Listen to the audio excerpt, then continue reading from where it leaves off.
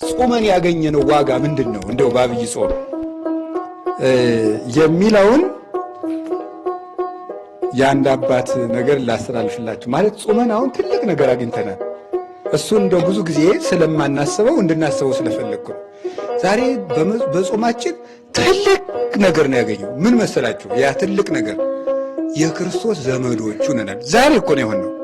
በጾም በትንሣኤ ሆነናል። አዎ፣ ግን ጾመን ትንሣኤውን ስናከብር ሕማማቱን አክብረን ጾሙ ትንሣኤው ጋር ስንደርስ እያንዳንዱ ክርስቲያን እንግዲህ ተመልከቱ፣ ዓለም መቼም ሁልጊዜ ከክርስቶስ እቅፍ እንደጎተተችን ነው የምትኖረው። በተለያየ ምክንያት ከሱ እቅፍ ብንወጣም ጾሙ ክርስቶስ ራሳ እኛን ወደሱ እቅፍ የሚሰበስብበት ጊዜ ነው። እሱ አሁን ተሰብስበናል ነው። ስለዚህ እኔ ባለ አምሳል እንዳናባክን አትፈልጋለሁ። ይችን መድኃኔዓለም የሰበሰበንን መሰብሰብ ማለት ነው። ደግሞ ደስ የሚለው እንዴት ያለ እንደሆነ ታውቃላችሁ?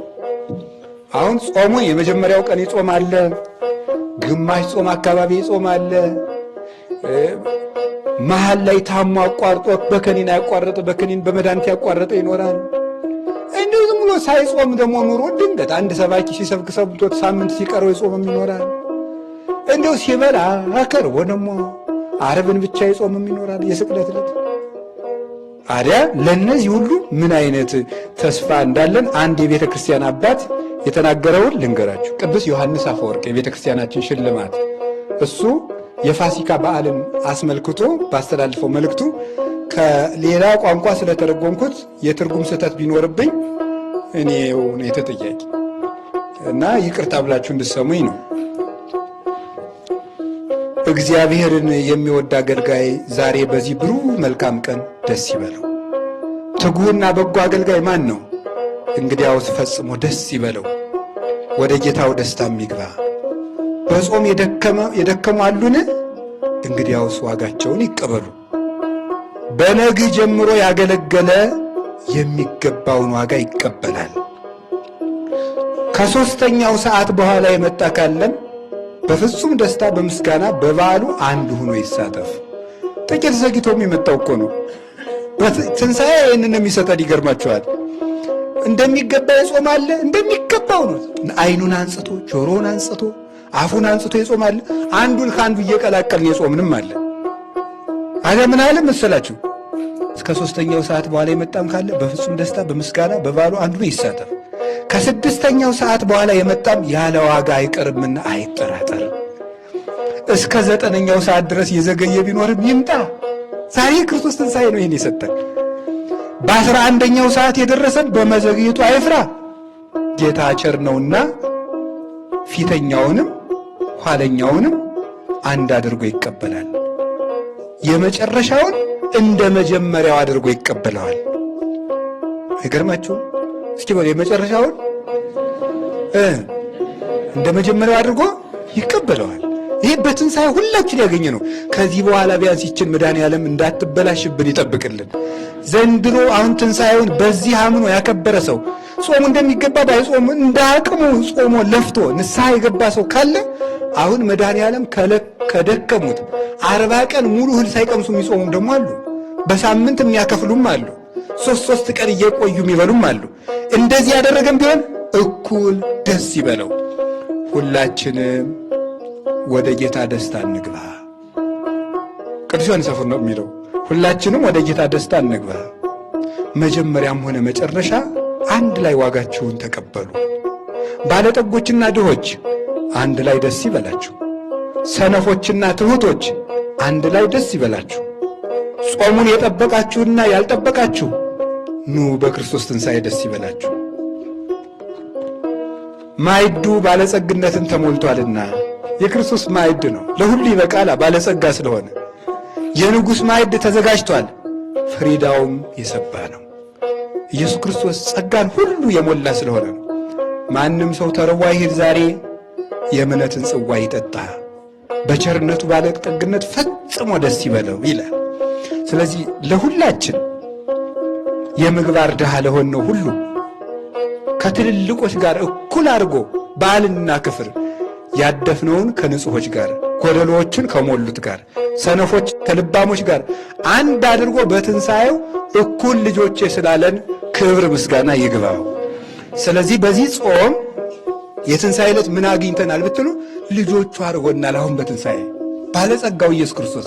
እንግዲህ እዚች በኋላ ይችን ባለ 50 ማበላሸት የለብንም። አሁን በጾሙ ሰጥቶናል።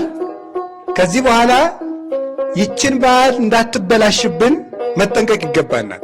ዛሬ ያገኘ ነው ይሄ ነው። ምን አግኝቻለሁ ብትሉ አሁን እንደው የዘንድሮ ጾም ምንድነው ያደረግልኝ ብትሉኝ ምንም ስራ ሳይኖረኝ ክርስቶስ ልጁ አድርጎኛል። እስኪ በሉ ሁላችሁ በሉ።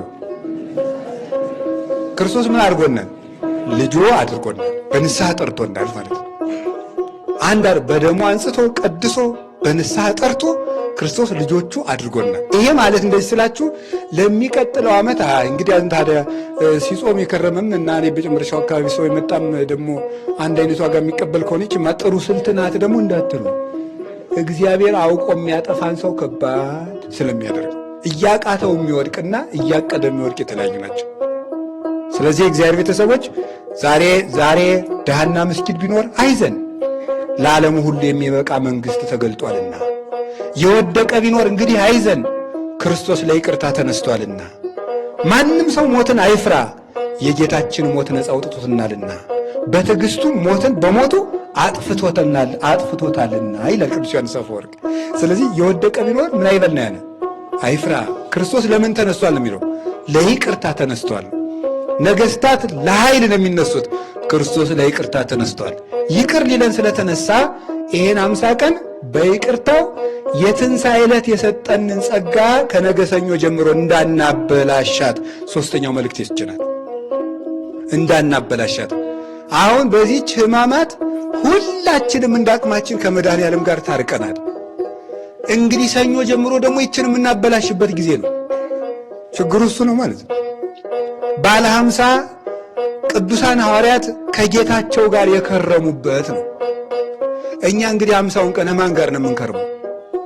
ከዘፈን ጋር ከሆድ ጋር መሆን የለበት። 40ውንም ከክርስቶስ ጋር 50ውንም ከክርስቶስ ጋር። እስቲ አንድ ጊዜ ጾሙንም ከክርስቶስ ጋር በሉ፣ ፋሲካውንም ከክርስቶስ ጋር በሉ። አንዴ እንድገም። ጾሙንም ከክርስቶስ ጋር፣ ፋሲካውንም ከክርስቶስ ጋር። ሶስት እናድርገው። ጾሙንም ከክርስቶስ ጋር፣ ፋሲካውንም ከክርስቶስ ጋር። አዎ ይሄም ባለ 50 ይውላችሁ። ባለ 50 ጌታ ዝም ብሎ እንዲሁ ልጆቼማ እንዲሁ 40 ቀን ለፍተው ጾመው ደግሞ 50 ቀንማ መብላት አለባቸው ብሎ አይደለም ጧት እንድንበላ ያደረገ። እንደሱ አይደለም። በዚህ በጾም ጊዜ የሆነ ሰዓት ትበላለህ፣ የሆነ ሰዓት አትበላም አይደለም።